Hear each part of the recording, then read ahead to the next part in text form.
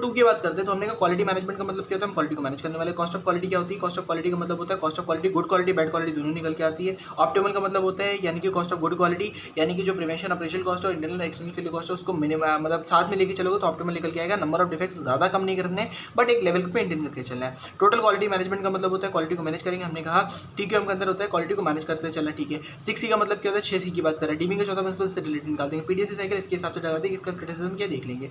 Business excellence model हमारा रहेगा, इसको करते हैं अलग में करते हैं। थ्योरी ऑफ कांस्टेंट का मतलब क्या होता है, कांस्टेंट का मतलब होता है कि भैया आपके कांस्टेंट क्या, इसको हम बॉटलनेक रिसोर्स भी बोलते हैं, ठीक है। थ्रूपुट अकाउंटिंग यानी कि आप क्या करोगे, थ्रूपुट पर bottleneck activity divide by factory cost per bottleneck activity कर दोगे तो ये निकल के आ जाएगा। सप्लाई चेन मैनेजमेंट क्या होता है ये हमने देख लिया। पुश मॉडल क्या होता है, धक्का आ रहा है पीछे से आ रहा है। पुल मॉडल क्या होता है, खींच के आ रहा है। अप स्ट्रीम यानी कि ऊपर से धारा बह रही है, तो ये सप्लायर वाली बात कर रहा है। डाउन स्ट्रीम यानी कि ये कस्टमर वाली बात कर रहा है। सप्लायर किसने कहा, रिलेशनशिप विद सप्लायर देखो, यानी कि हम क्या कर रहे हैं, सप्लायर का सोर्स देखेंगे, सप्लायर कितने हो सकते हैं, नंबर ऑफ सप्लायर्स देखेंगे, उसके बाद मेक करना है कि बाय करना है ये देख लेंगे। और इन्फॉर्मेशन टेक्नोलॉजी का ई प्रोक्योरमेंट का इस्तेमाल करते हैं, वो हम 3 चीज़ें इसमें देखने वाले हैं। रिलेशनशिप मार्केटिंग कितने टाइप का आपको मार्केट्स अवेलेबल होते हैं, यहाँ पर देखोगे। कस्टमर रिलेशनशिप मैनेजमेंट कैसे करोगे, यहाँ देखोगे। यूज ऑफ IT करने वाले, ब्रांड स्ट्रेटजी करने वाले। गेन शेयरिंग अरेंजमेंट आउटसोर्सिंग क्या होता है इसके बारे में हम यहाँ पर देखेंगे, ठीक है। चलो सबसे पहले हमारे कॉस्ट ऑफ क्वालिटी का मतलब होता है, कॉस्ट ऑफ क्वालिटी का मतलब होता है कि क्वालिटी, आपकी क्वालिटी का कॉस्ट क्या है, यानी कि आपने क्वालिटी को इंप्रूव करना है उसका कॉस्ट क्या होने वाला है, या फिर क्वालिटी को इंप्रूव नहीं किया तो उसकी वजह से क्या कॉस्ट होने वाला है। हमारे पास 4 तरीके की कॉस्ट निकल के आती है। क्या निकल के आती है, 2 मेन निकल के आती है। एक होती है कॉस्ट ऑफ कन्फर्मेंस या फिर cost of good quality, cost of non conformance, cost of bad quality. Conformance की स्पेलिंग क्या है, CONFORMANCE, प्राइस ऑफ कन्फर्मेंस और price of non conformance. Conformance में 2 चीज़ें निकल के आती है, एक निकल के आता है प्रिवेंशन कॉस्ट, एक निकल के आता है अप्रेजल कॉस्ट, ठीक है। प्रिवेंशन का मतलब क्या होता है, तो हमने कहा हम प्रिवेंट करना चाहते हैं, तो हमने कहा any cost which is incurred in order to maintain the good quality of product service and it is incurred before the actual production is termed as prevention cost। prevention cost के सबसे पहले निकल के आता है क्वालिटी से related, quality की engineering वगैरह से कोई भी कॉस्ट है तो वो प्रिवेंशन के अंदर आएगी। इसके अंदर का क्वालिटी के साथ साथ फील्ड का ट्रायल ये सारा आएगा। सप्लायर के पास जाके कुछ भी चेक करके आ रहे हो, माल शुरू नहीं हुआ, प्रोडक्शन शुरू नहीं हुआ, सप्लायर के पास जाके इंजीनियरिंग करके आ गया, उसको चेक करके आ गया, ये सारा का सारा इसके अंदर आएगा। प्रिवेंटिव इक्विपमेंट मेंटेनेंस, शुरू होने से पहले इक्विपमेंट का मेंटेनेंस कर लिया वो निकल के आएगा। टेस्टिंग ऑफ नए मटेरियल यहाँ निकल के आता है यार, टेस्टिंग ऑफ नया मटेरियल यहाँ निकल के आता है। नया मटेरियल कहीं मेंशन नहीं होता तो आप टेस्टिंग हमेशा इसमें लेके जाना, ठीक है। एम्प्लॉय की ट्रेनिंग, एम्प्लॉय की कभी भी ट्रेनिंग करोगे, किसी भी चीज़ के लिए एम्प्लॉय की ट्रेनिंग करो हमेशा प्रिवेंशन कॉस्ट के अंदर ही आता है। अप्रेजल कॉस्ट का मतलब क्या होता है, अप्रेजल कॉस्ट का मतलब होता है कि हम कोई भी कॉस्ट कर रहे हैं क्वालिटी को मेंटेन करने के लिए, क्योंकि जो हमारा प्रोडक्शन चल रहा है तो उसके दौरान पे हम इंस्पेक्शन करना चाह रहे हैं, निगरानी रखना चाह रहे हैं कि क्वालिटी खराब ना हो जाए, उसको हम अप्रेजल कॉस्ट कहते हैं। उन्होंने कहा मेजरमेंट का कॉस्ट, एक्सेप्टेंस का कॉस्ट, इंस्पेक्शन कर रहे हो मटेरियल की वो यहाँ पर आ जाएगी। इक्विपमेंट की टेस्टिंग कर रहे हो, इक्विपमेंट की टेस्टिंग करो यहाँ पर आएगी। और क्वालिटी कंट्रोल का कंसल्टेंट निकाल रहे हो, कोई बंदा बैठा रहे हो वो भी यहाँ पर आ जाएगा। इंटरनल फेलियर का मतलब क्या होता है कि हमने ना मेरे प्रोडक्ट में ना फेलियर था लेकिन वो कस्टमर ने अभी तक डिटेक्ट नहीं किया या फिर कस्टमर के पास प्रोडक्ट नहीं किया है तो हमारा वो इंटरनल फेलियर होता है। इंटरनल फेलियर के खर्चे कितने होते हैं, उन्होंने कहा रिवर्क करना पड़ रहा है या फिर स्काल्प में, या फिर आपको स्कैल्प में देना पड़ रहा है, या फिर आपको क्या करना पड़ रहा है, रिजेक्टेड यूनिट, जो यूनिट रिजेक्ट हो गई, रिजेक्ट आप ही करते हो ना, कस्टमर थोड़ी करता है, आप रिजेक्ट करते हो, वो वाला खर्चा आ जाएगा। रीडिजाइन करना पड़ा, रीटेस्ट करना पड़ा, डाउन टाइम करना पड़ा, सारा यहाँ निकल के आता है। एक्सटर्नल फेलियर कॉस्ट का मतलब क्या होता है, एक्सटर्नल फेलियर कॉस्ट का मतलब होता है जो आपने तब आपको पता चला जब कस्टमर के पास प्रोडक्ट पहुंच गया, जो डिफेक्ट पता चला तब, या फिर कस्टमर को डिफेक्ट पता चल रहा है, वो सारे के सारे इसके अंदर आते हैं। मेन इंपॉर्टेंट निकल के आता है ये सारा का सारा कॉस्ट ऑफ रिकॉल या फिर रीपे या warranty, returns, product liability, customer dissatisfaction, तो सारा आता ही है। लॉस सेल्स भी निकल के आता है और लॉस्ट मार्केट शेयर भी इसी में निकल के आता है, ठीक है। कॉस्ट ऑफ क्वालिटी हमने कहा कि ऑप्टिमम कॉस्ट ऑफ क्वालिटी का मतलब क्या होता है, तो उन्होंने कहा ऑप्टिमम कॉस्ट ऑफ क्वालिटी का मतलब होता है कि ये आपके पास डिफेक्ट्स आएंगे, जैसे जैसे डिफेक्ट्स बढ़ते चले जाएंगे आपकी जो कॉस्ट ऑफ नॉन कन्फर्मेंस है, कॉस्ट ऑफ नॉन कन्फर्मेंस देखो ये कॉस्ट ऑफ कन्फर्मेंस डिफेक्ट्स बढ़ाओगे, कॉस्ट ऑफ कन्फर्मेंस गिरेगी, कॉस्ट ऑफ नॉन कन्फर्मेंस बढ़ती चली जाएगी। इंटरनल फेलियर एक्सटर्नल ज़्यादा होगा। इन्होंने कहा cost of conformance, cost of non conformance जहाँ पे मीट होती है यही हमारा टोटल कॉस्ट है, जहाँ पर मिनिमम होता है। दिस इज मिनिमम, ये एक्सेप्टेबल लेवल ऑफ डिफेक्ट इसको आप कहते हैं, दिस इज ऑप्टिमल COQ, ठीक है। इसके बाद मेरे पास क्या निकल के आ रहा है, TQM की बात करते हैं। टोटल क्वालिटी मैनेजमेंट का मतलब होता है इन क्वालिटी को मैनेज करना चाह रहे हैं, ये हमारा टोटल क्वालिटी मैनेजमेंट होता है। 6C की बात करते हैं। 6C के अंदर हमने सबसे पहले कहा किसके लिए कर रहे हो, कस्टमर के लिए कर रहे हो, कस्टमर फोकस निकल के आएगा। उसके बाद कैसे कर रहे हो, हमने कहा कंटिन्यूस इंप्रूवमेंट की बात करो, कंटिन्यूस इंप्रूवमेंट निकल के आता है। फिर हमने कहा कैसे करेंगे, एम्प्लॉयज के थ्रू करेंगे, एम्प्लॉयज को कमिटेड रखेंगे, कल्चर मेंटेन करेंगे, कॉपरेशन रखेंगे और हम साथ में कंट्रोल लेके आएंगे, ठीक है। कमिटमेंट टॉप लेवल से आना चाहिए, तो कमिटमेंट टॉप लेवल से आ जाएगा, कमिटमेंट टॉप लेवल से आ जाएगा। कल्चर मतलब कि ट्रेनिंग करो एम्प्लॉय को, कंटिन्यूस इंप्रूवमेंट, लगातार इंप्रूवमेंट करते चले जाओ। कोऑपरेशन, टोटल एम्प्लॉय इन्वॉल्वमेंट रखना, कस्टमर फोकस, सिर्फ एक्सटर्नल नहीं इंटरनल कस्टमर का भी ध्यान रखना, यानी कि आप बना के टाटा स्टील, टाटा मोटर को दे दो, टाटा मोटर को जो रिक्वायरमेंट उसका भी ध्यान रख लेना, और कंट्रोल यानी कि डॉक्यूमेंटेशन, प्रोसीजर और अवेयरनेस वगैरह यहाँ पर रख दीजिएगा, ठीक है।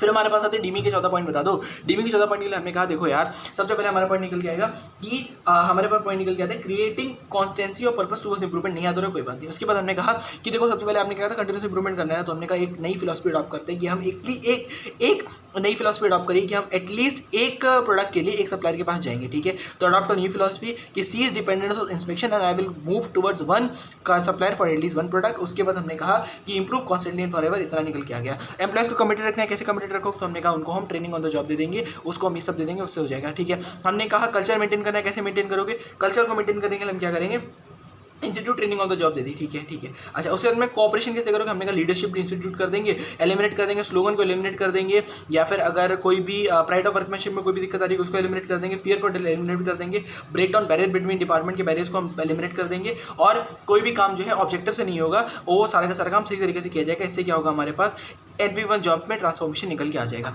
पीडी साइकिल का मतलब क्या होता है, प्लान करो, यानी कि सोचो क्या ऑब्जेक्टिव थे, उसको डू करो, ठीक है, उसको करा हमने, इंप्लीमेंट किया, चेक करो क्या गलतियाँ आई, करेक्टिव एक्शन ले लिया, ठीक है। इसके बाद क्या क्या क्रिटिसिज्म निकल के आए, दोनों का क्रिटिसिज्म क्या होते हैं, क्रिटिसिज्म तो पीछे इंपॉर्टेंट था, क्रिटिसिज्म इंपॉर्टेंट है कि डॉक्यूमेंटेशन के ऊपर ज़्यादा फोकस कर रहा है, क्वालिटी के ऊपर अश्योरेंस दे रहा है, लेकिन इंप्रूवमेंट के ऊपर काम नहीं कर रहा है, इंटरनल फोकस है, क्योंकि आप कहते हो कि इंटरनल एक्सटर्नल दोनों फोकस की बात हो रही है, तो ऐसा क्या बोल दिया, ये तो गलत बोल दिया आपने, ये हमारे पास टीक्यूएम का दिक्कत निकल के आती है, ठीक है।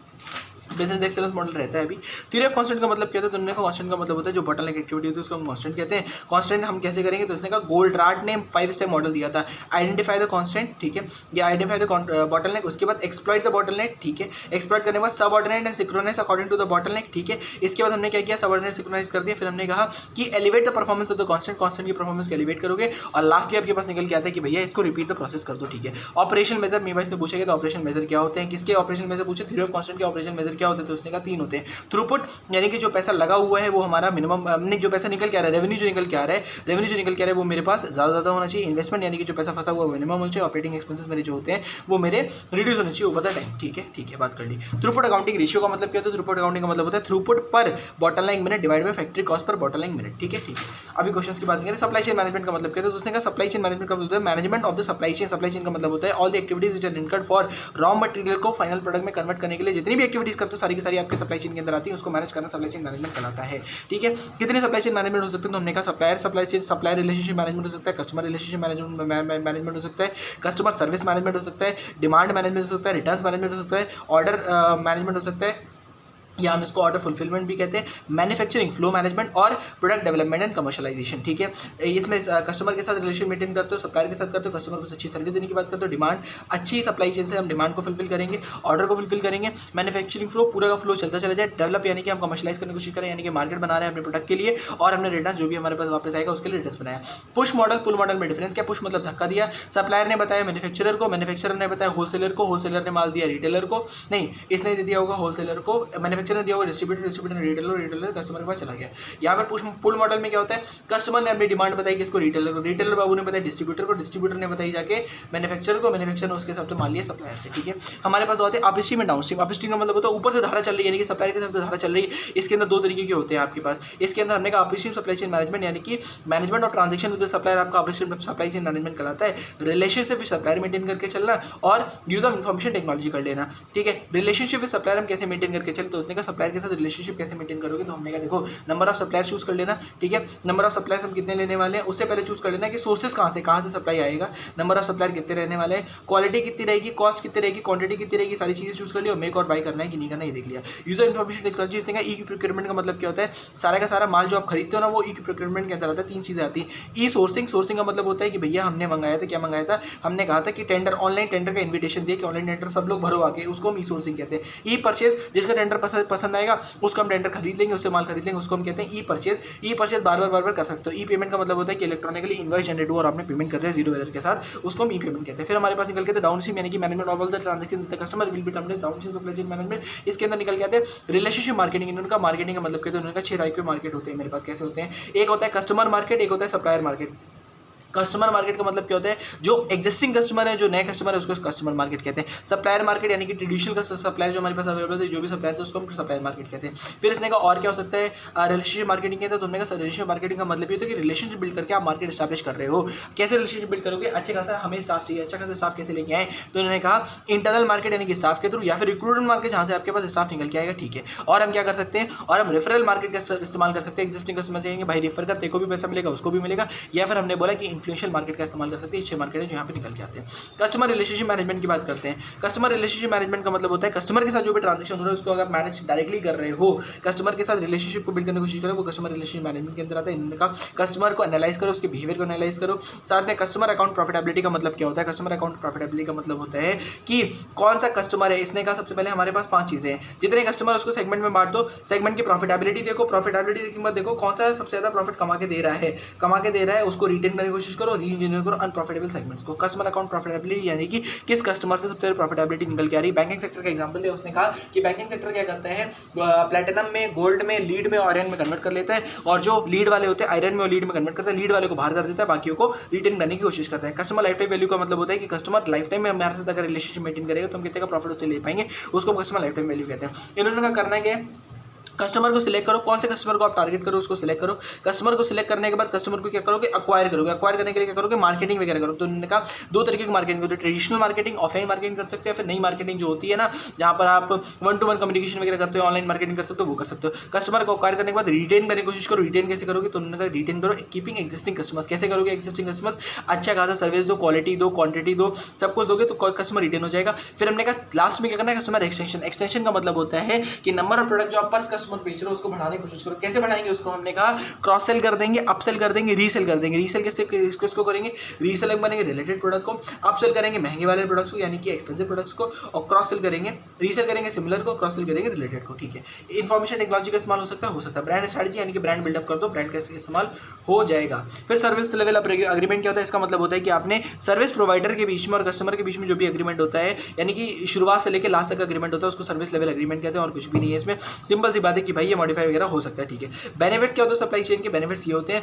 कि भैया ये ना इन्वेंट्री की रिडक्शन में, पर्सनल रिडक्शन में, प्रोडक्टिविटी वगैरह में इंप्रूव करने में काम करता है। ये हमारे पास बेनिफिट्स है। 2 एग्जांपल्स दे रखे थे।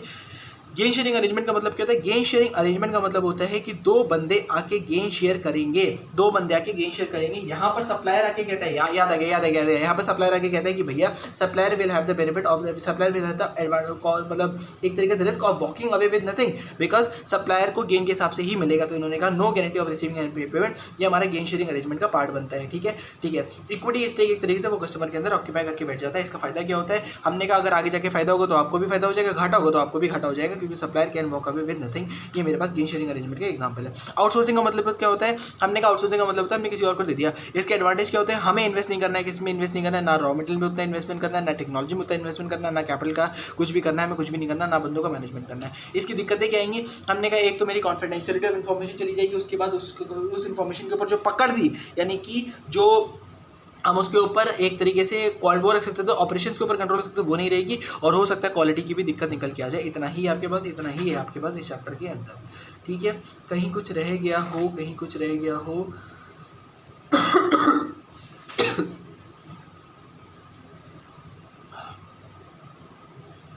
5 step model of improving performance, ये मेरे पास थ्री ऑफ कॉन्स्टेंट के अंदर निकल के आता है। सप्लाई चेन मैनेजमेंट, की टू सप्लाई चेन प्रोसेस, ठीक है, ये हमने सप्लाई चेन प्रोसेस के नाम बता दिए, ठीक है। कस्टमर के साथ मेंटेन करो, ये सारा हो गया।